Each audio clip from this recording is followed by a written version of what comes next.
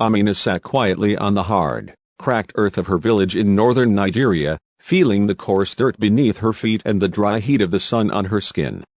Her stomach ached in that familiar way it had every day for as long as she could remember. The kind of ache that never really went away, only quieted briefly when her mother found scraps of food.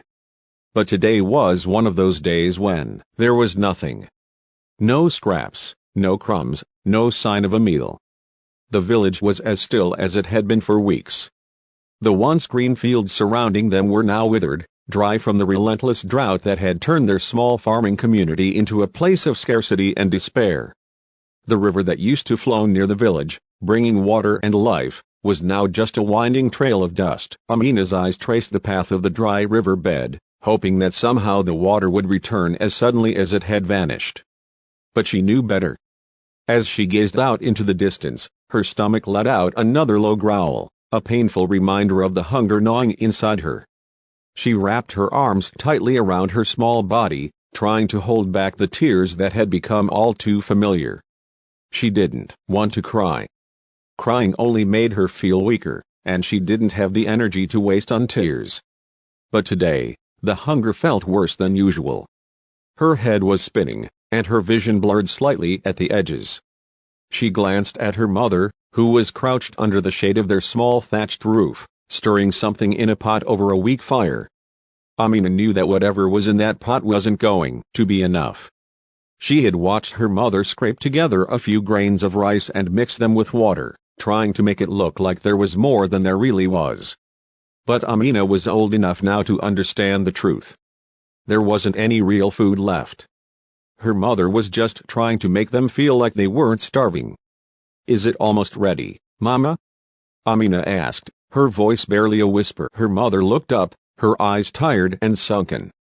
She gave Amina a small, sad smile. "Soon, my love. Be patient." Amina nodded, though her heart sank. She knew what soon meant. It meant waiting and hoping for a miracle. It meant pretending that the watery rice her mother would serve her would somehow fill the emptiness inside her. As she sat there, trying to distract herself from the hunger, Amina's thoughts drifted to her aunties in Cameroon. She had never met them in person, but her mother often spoke of her sisters who had moved to the city of Douala many years ago. They lived in big houses, wore fine clothes, and ate food Amina could only dream of. Her aunties sent pictures sometimes, glossy photographs of their lives in the bustling city. Amina remembered one photo in particular, her Auntie Grace standing in front of a gleaming car, her smile bright, her dress colorful and beautiful. Whenever the photos arrived, Amina would stare at them for hours, imagining what life must be like for her aunties. They didn't have to worry about where their next meal was coming from. They didn't have to watch their children go hungry. In her mind, Douala was a place of endless abundance, where food and money flowed like the river that had once brought life to their village. Auntie Grace must be eating a feast right now, Amina thought, her heart heavy with longing. She imagined plates piled high with roasted chicken, vegetables, and rice, not the thin, watery kind her mother made, but rich, flavorful rice with spices and sauce. Her aunties probably never went to bed hungry. They never had to scrape together the last grains of rice, or watch their children's bellies swell with malnutrition. Amina had asked her mother once why her aunties didn't send more food or money to help them. Her mother's face had tightened, and she had quickly changed the subject. But Amina could sense the unspoken resentment that lingered in her mother's heart. Her aunties had moved away, built new lives, and seemed to have forgotten about the family they left behind. Or maybe they hadn't forgotten, but they didn't think it was their responsibility to take care of the village anymore. It wasn't fair, Amina thought. How could they have so much, while she and her mother had nothing? The sound of footsteps approached, and Amina turned to see her neighbor, Binta, walking toward them with her baby strapped to her back. Binta was young, not much older than Amina's mother, but the harshness of life in the village had aged her beyond her years. Her face was etched with lines of worry, and her eyes, once lively, now held a dullness that Amina had come to recognize in many of the adults in the village. "Any luck today?" Binta asked Amina's mother as she approached. Her mother shook her head. Nothing. The markets are empty, and the prices are too high. We're all struggling. Binta sighed, adjusting the baby on her back.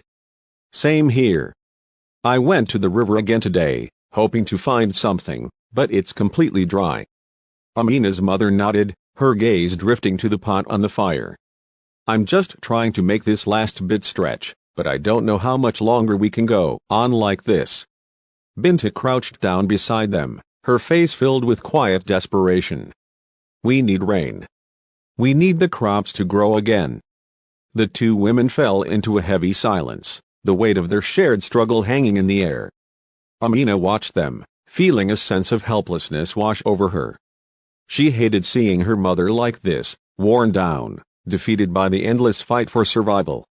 She wished she could do something to help, but what could a 7-year-old girl do? Suddenly, Amina remembered the phone call her mother had received from Auntie Grace a few weeks ago.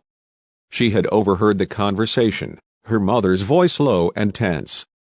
Auntie Grace had called to check in, but she hadn't offered to send anything, no money, no food, not even a kind word about their situation.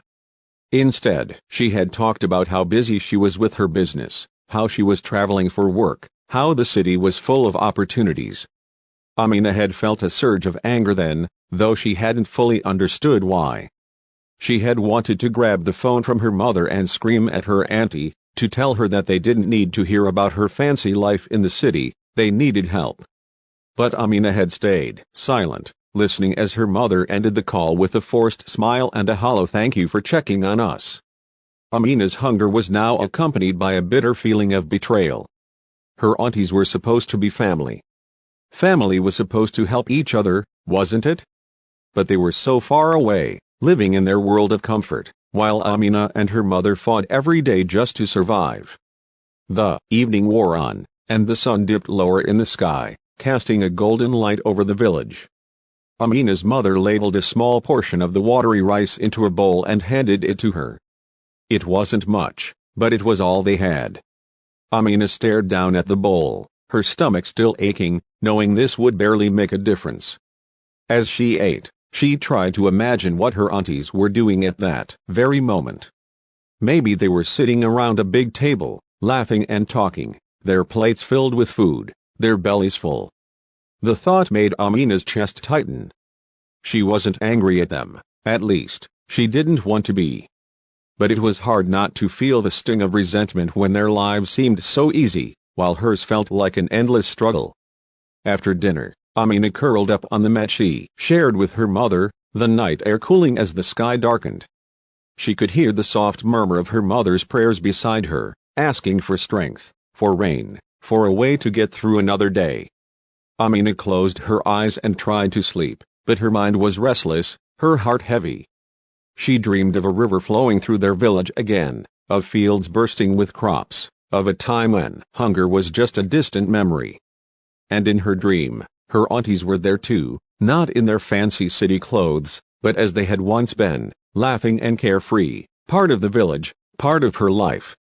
But when she awoke in the early hours of the morning, the dream faded, and the reality of her hunger returned. The drought continued, the river remained dry, and her aunties were still far away in their world of plenty. All Amina could do was hold on to hope that somehow